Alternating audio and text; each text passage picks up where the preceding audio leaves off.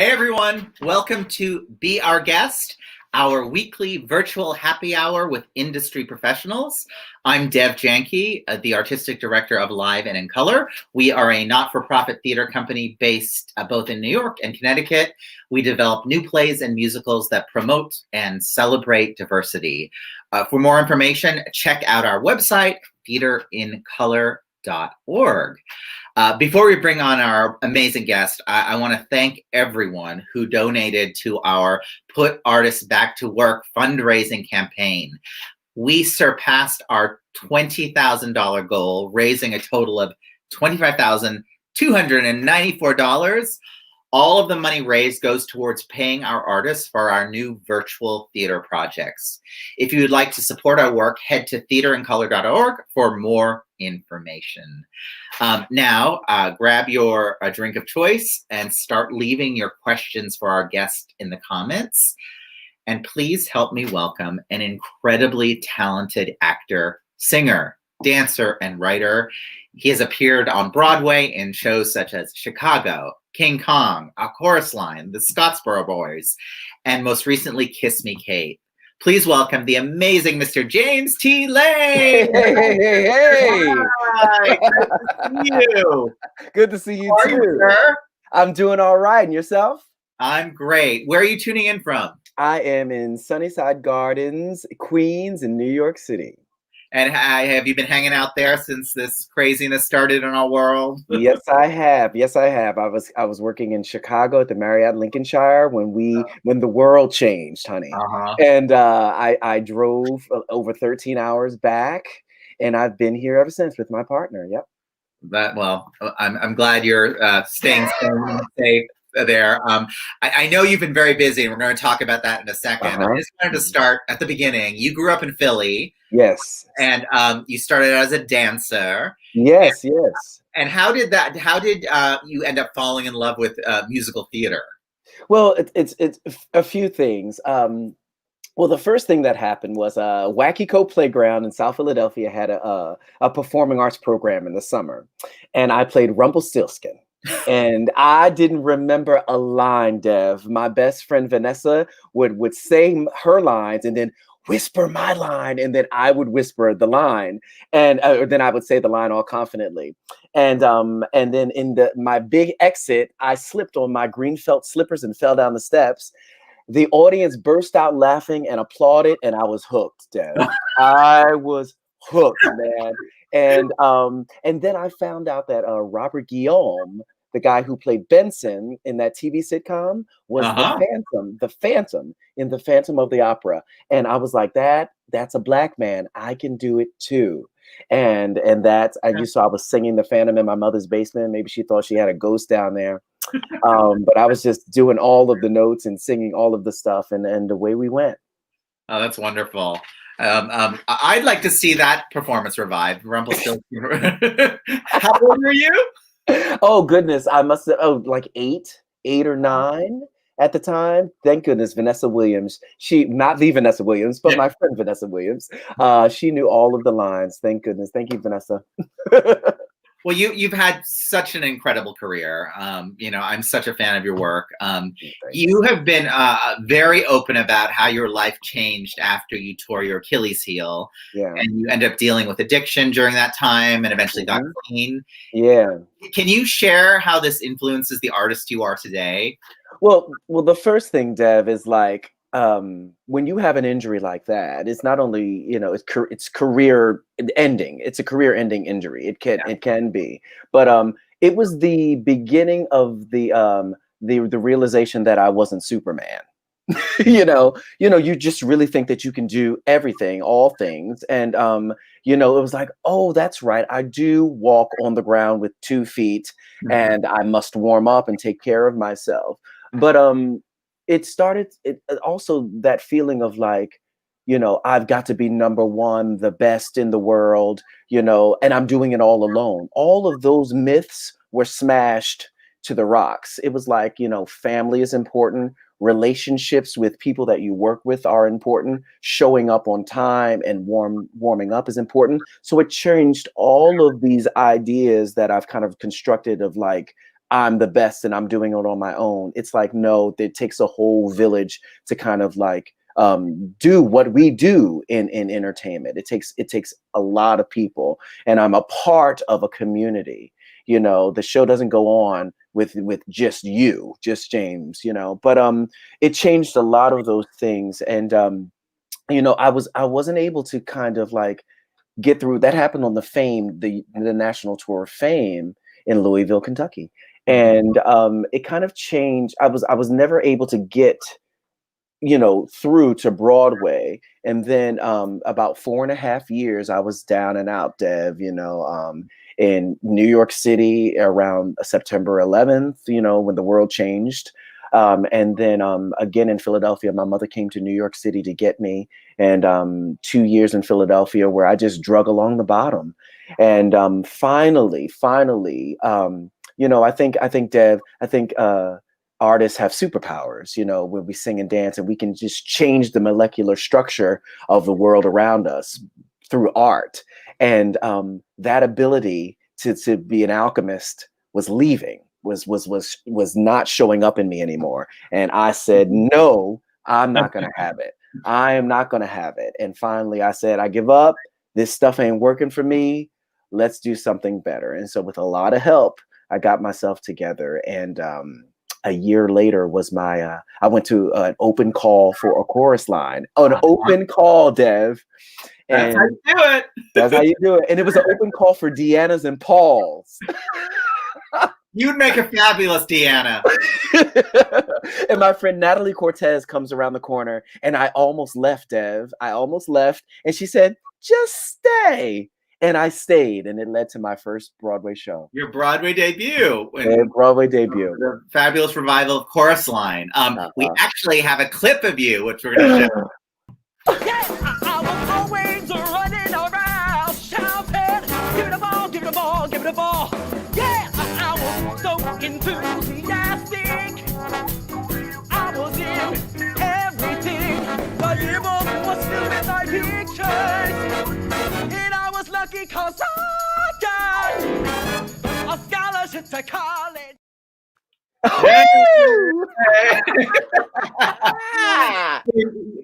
I mean, what is it like to be part of the Chorus Line legacy? I mean, I'm part of it as well because it was actually one of my first professional jobs. Really? At the Playhouse. I did a bunch of tours as well, but I'll just share with you what's hilarious is I was cast as the Richie understudy. Not thinking I'd have to go on, but of course I did. Yes, you did, baby. That's a whole nother story. The Richie understudies, the world of many colors of the Richie understudies. I was the closest thing too. But what was it like to be part of that? I mean, oh my goodness. Well, Dev, I mean, I used to be glued to that VHS copy of A Chorus Line with Greg Burge. I would watch it like this. I would watch every move that Greg Burge did. It was magic. Yeah. And I thought when I first did A Chorus Line, I got to rehearsal and I thought I was going to be singing Surprise. Is it the first time we made love? They were like, no, that's the movie, baby. We're going to do the show, A Chorus Line. And then I learned Give Me the Ball. But being a part of that legacy, it's a huge honor. But in the confines of that, it's so iconic. It's like, oh, the show is the star. The show is the star. Just show up and support everybody on stage and be, fantastic. But the show is the star. So I was stepping into some shoes like, Ron Dennis, who was the original, who I'm still in touch with. I send him an email and we keep in touch. Eugene Fleming, of course, Greg Burge, Kevin Morrow, all of these luminaries like that Black Broadway was the Broadway that I came to be a part of, like that type of dancing. So it's near and dear to my heart. Ron, actually, I was on another show with him, and he was speaking about the development of the original one. And I don't know whether I'm sure you know the story, but he talked about that there was originally a song written for him and Connie Wong. Yes. And there's I was the bad player, but just that there is such history with that show, and I think all of us as musical theater performers, especially being dancers, it's it's so important and special to us. It's important and special. That's us up on stage. When you hear, Yeah. what would you do if you can't dance anymore? Blink, blink, blink, blink, blink, blink, blink. You're right there. And it's us. It's us. Yeah. Yeah. Well, you were thrilling in the show. Thank you. You have worked on 2 Candor and Ebb pieces. The first, the long-running revival of Chicago. Yes. And then you were in the original cast of the Scottsboro Boys. What was it like originating a role? Baby, there's nothing like, okay, if you can imagine, Dev, it's tech. And we're going over, right there, right where you saw that switch second. Dev. And we're playing around, and it's tech. So you're just playing around, and you're finding different musical things in the air. And I let go this note at the end, and John Kander comes to the front of the orchestra, and he says to me, "Let's keep that in. That's really good." You just want to fall on the floor and just fall out. That number, Never Too Late, that they had in there, it was a different number when it was at the Vineyard. And then when I came on board for the Broadway show, we had a special rehearsal, and the arranger was there, John Kander was there, of course, Susan Stroman, David Thompson, the book writer, was there, and we created a whole new number. I'd kick my leg, and the musical arranger would go, and then I'd jump off, and you're like, it was like I'm living my Broadway dreams right now by being a part of this creative, alchemy. That seems to be the word of the evening, alchemy, just creating a Broadway show. This is what I was, I lived for. And it took coming through all of that mess to kind of be present for that. Yeah. Be really there, really in the room, and be present for it, and able to receive that and appreciate it and talk about it 10 years later. It's the anniversary of the Yeah, I was going to say 10 years. I can't believe it. It's coming up. And sadly, the story feels more relevant than ever. Maybe revival. revival. Yeah. We're still fighting those same battles. It's absolutely heartbreaking. I've been having a few conversations about how it still feels the same. And the Scottsboro Boys in the 1930s, the Central Park Five, 50 years later, and here we are, 20 years after that, still fighting the same battle. We need reform. We need. It's not just the legislation that needs to change.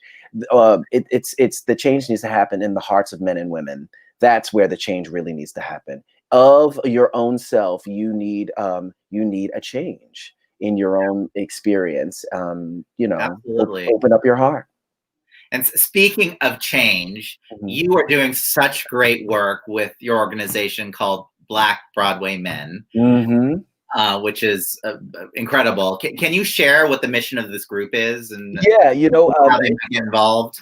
Yeah, we Anthony Wayne and I were having a conversation, and we just in 2015, and he has really taken the ball and moved with it with an advisory board of 4 or 5 African American men. We just wanted a safe space for Black men to be accountable for each other, and to lift each other up and to support each other. We were noticing that in the community that there were people on Broadway who were falling through the cracks.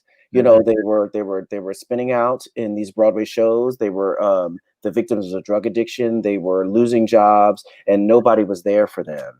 And the aim for our organization, a nonprofit organization, is to be there for these men, and so that they can be accountable for each other and to be of service in the community. Yeah. It's so wonderful. Thanks. Congratulations on being part of that. Thanks. So in addition to performing, you're also a teacher. We were just speaking about that before we got on the Zoom. How does teaching influence you as a performer? Well, you get to practice it when you are given the opportunity to actually teach what you know and have experience. It just reinforces your own practice of the art. So it's another level of kind of a meditation on what it is for you to kind of like do these steps and to bring these characters to life. I teach a class called Dance Class for Singers and Actors, because singers and actors don't go to dance class because they're intimidated by dancers. It's a thing. And and I also teach privately as well as master classes all over. It started out of when I was on tour, Dev. I would go into these spaces and places, particularly places like Baltimore, where they may not have the money to go to schools privately and learn. And I would just I would cold call these schools and be like, hey, I'm here in this tour. Would you guys like me to come and teach a master class? And they'd be like, well, we can buy you lunch. And I was like, okay, that's good. I like to eat, and this was, I started doing this 15, 20 years ago. Now there's a lot of organizations, Broadway Classroom and all of this stuff that are doing all of these things. And I link up with those places too, but it's really about the access for me, with the teaching, especially. Growing up in South Philadelphia, I was really, really lucky to have wonderful, wonderful teachers at my elementary school and in William Meredith School and my high school, Girard Academic Music Program. We call it GAMP. Really wonderful teachers. And when you have those teachers pouring into you the way that I did, you want to be a part of that kind of legacy in any way you can. Now, don't get it twisted.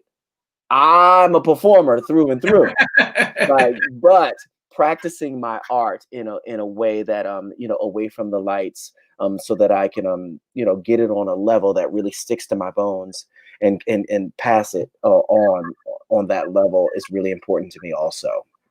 That's wonderful. And speaking of being in the lights, I know you've been very busy during the pandemic developing a one-man new show called Triple Threat. That's right. Talk to me how this project got started. Well, it began when I was a small boy. No, just kidding. Yeah. When I was working in the Scottsboro Boys at the Young Vic, there's a man named David Land, and he was the artistic director at the Young Vic. And I asked him out for coffee to have a conversation about possibly doing something with him. And I mentioned Sammy Davis Jr. and he said, I like Sammy. He said, but James, I'm interested in you. And that was the first time someone of that stature said that to me. He was interested in what I would like to develop creatively. And I had a thought, and I thought like, oh my goodness. So I started sending him little stories about my time being out there, after I tore my Achilles tendon and onward to win my first Broadway show of A Chorus Line. And he was reading these pages and he was like, that happened to you? I don't see that light in your eyes, that smile in your face, that smile on your lips. I can't see all of these things happening to that person. And he said, this is interesting. Keep writing. And that led to a commission with the Young Vic. And as things change, artistic directorship changes, and I got those materials back, and now I own them, and it has turned into Triple Threat. And when I was doing Bert in Mary Poppins at the Drury Lane Theater, I did a reading of those pages, and we came up with a new title. I had a relationship with I was doing Nicely in Guys and Dolls at the Virginia Stage Company. And Bart Keebler is the artistic director of the Zeters Theater in Virginia Beach. And I pitched Triple Threat to him, and he thought it was interesting. And lo and behold, a pandemic happened. Triple Threat is a one-man show. Mm-hmm. I get a call from Bart Keebler, and he says, I think your show is perfect for our times right now. And so now we are in production. We are in rehearsals in like a brick and mortar building. Thank God for Ripley Greer Studios and all of their sanitation, things that they're doing to keep us safe. I'm working with Kenny Ingram is my director choreographer. Kenny. I just want to say, speaking of, we have someone here who wants to say hello. Who? Oh, actor and choreographer Kenny Ingram. Hi, Kenny. How are you? I'm fabulous. Hey, Mr. Lane. Hello, Mr. It's so good to see you. Thank you for jumping in. I want to know how the two of you began to collaborate.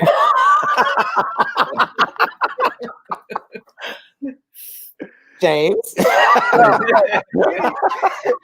Kenny, it's the neighborhood. So, you see everybody in the neighborhood when you're in a Broadway show. Absolutely. And Kenny was like, well, I think you should understudy me for my show.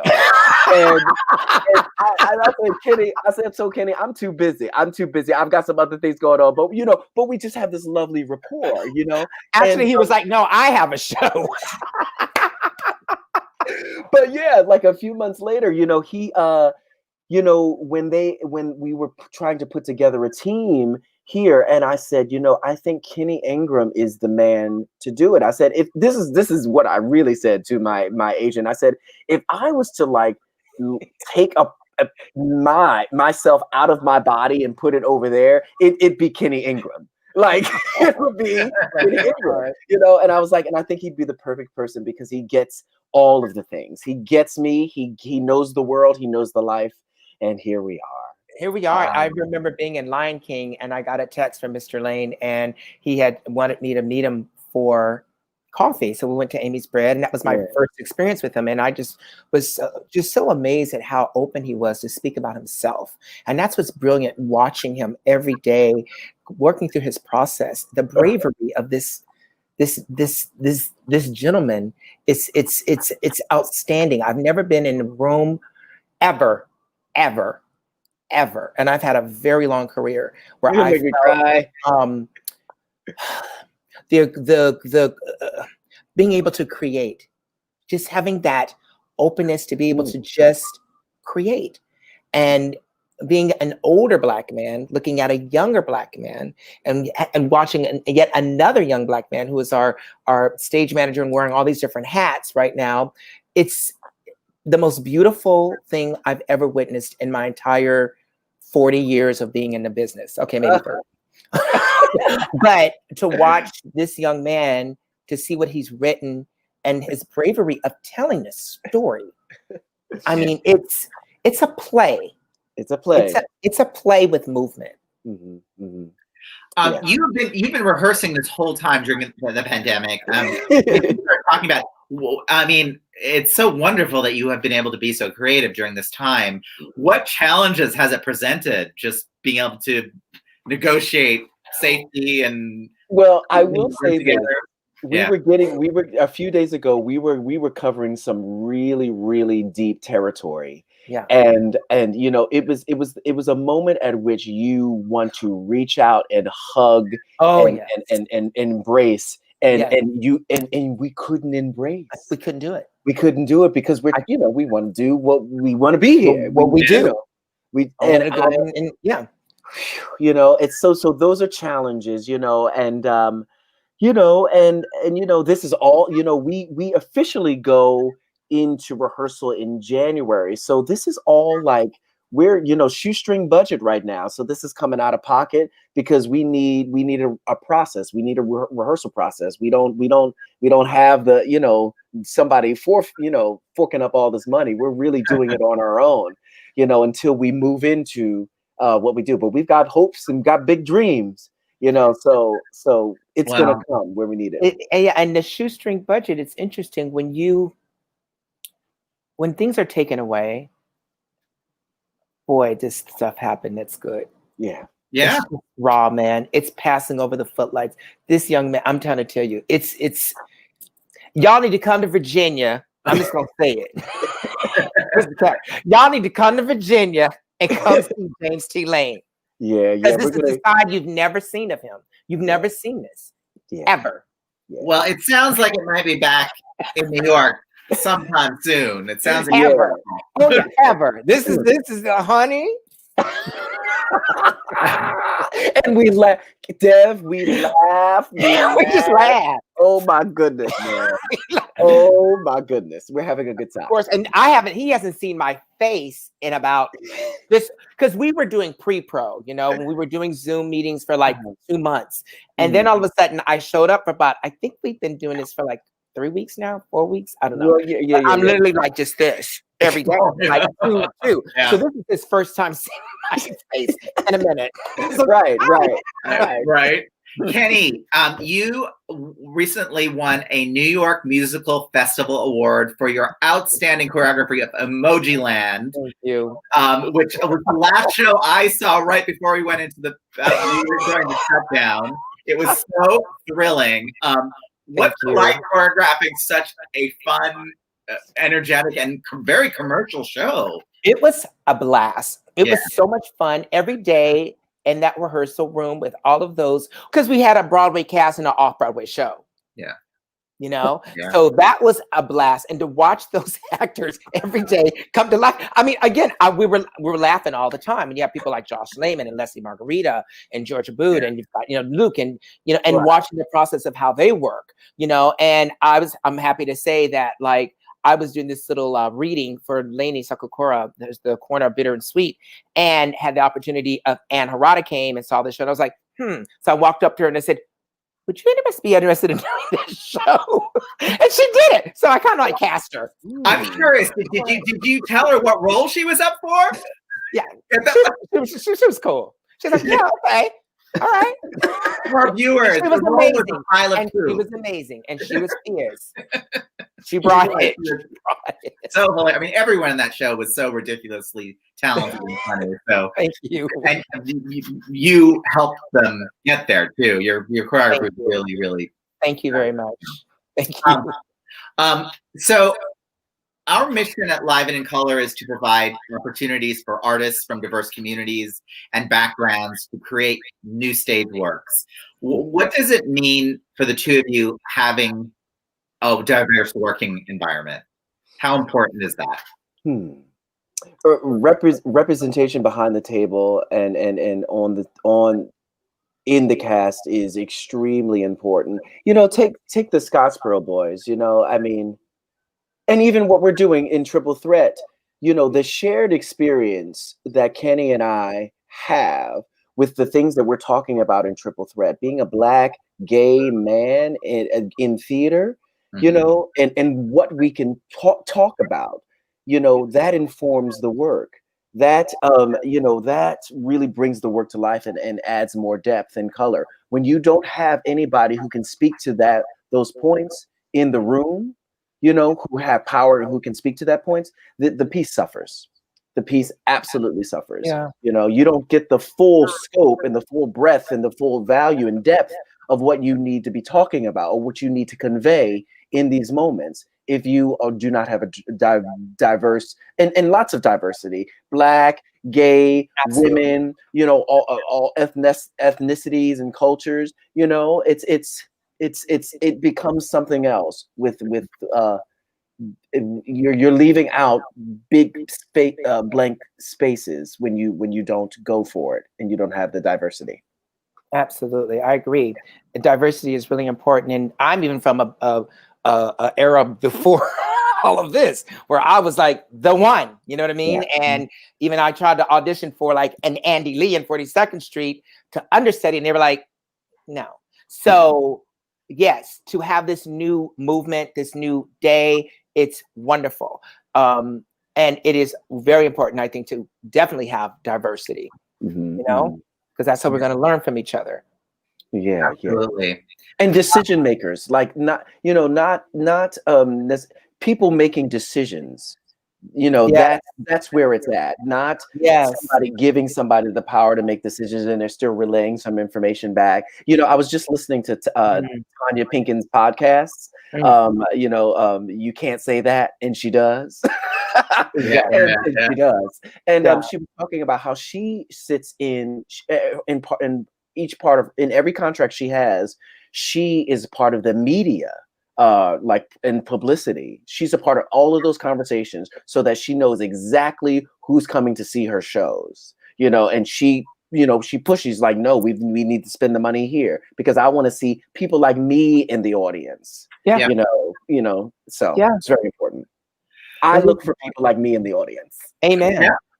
Yeah. I think we have a few questions from our viewers. Let's see. Robert Duran says, "Yo, James. Hello from Philly. Quick question. Pats or Geno's?" Yuck! Neither. Robert. Neither. I love it.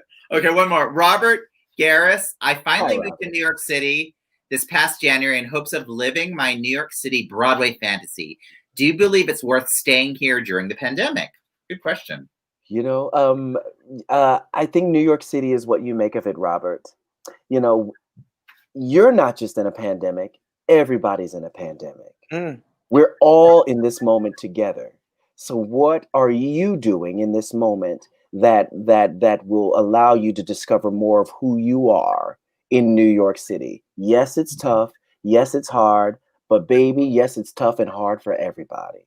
So you've gotten here, stay here, and see what's here for you. That's what I'd say about that. Absolutely. Great. I think we are out of time, sadly. This goes so fast. I could talk to the both of you all night. That'd be fun. Before we go, I want to say how proud I am of Live and in Color and the work we do to foster inclusive environments, to create platforms that showcase underrepresented voices. The stories we tell truly change hearts and minds. If you can, please consider donating at theaterincolor.org to support our work and our artists. Also, be sure to tune into be our guest next week when we have a very special hour-long episode. And I can't tell you much, but I will give you a hint. I will be returning to a little town called Hartsville, USA with some old friends of mine. So keep an eye out on Live and in Color social media this week for more info. That's a good tease. Wow. Yeah, it is. Thank you, James. Thank you, Kenny, for joining me. Thank you. I'm, Good to see you. as I said, such a fan of both of your work. James, would you lead us in a little toast Yes. to sign us off? Well, I just want to toast New York City. New York City, the stuff of dreams. If you made it here, if you can make it here, you can make it anywhere. And making it is what you make of it. Toast. Thank you. Thank you for joining me. We'll see you next week. Bye.